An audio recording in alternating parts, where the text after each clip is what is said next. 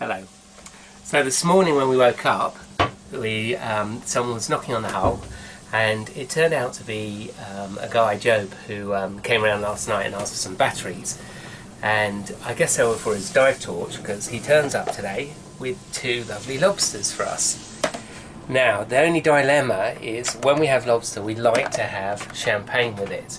And I know the French make a big fuss about making champagne, but we learned a little trick from our Aussie friends across the pond there.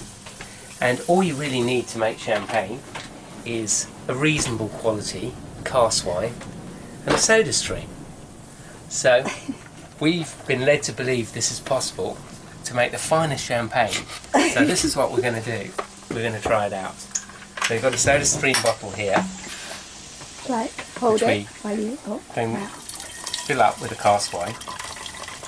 Don't bruise it. Try not to bruise the wine. So, make sure not to pass the line. Yes. Now, it's all about the finest ingredients in everything that one does. Yes. So here now, we go. Because we haven't actually done this before, and we've only seen it on an Australian video, and we're not sure exactly how much editing was done, what we're going to do is we're going to take this out to the transom just in case. Okay, so here we go. We're on the transom just in case. 1, 2, 3, making a strange noise. I'm worried about an explosion. So, that looks pretty fizzy now. Let's have a look. One more. Close up.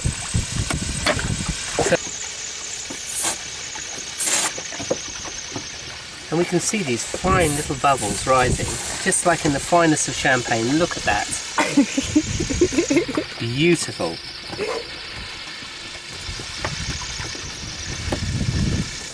So here we go. Fine champagne. Let's go and try it. So here we are with the finest homemade champagne. That is not bad. Surprisingly.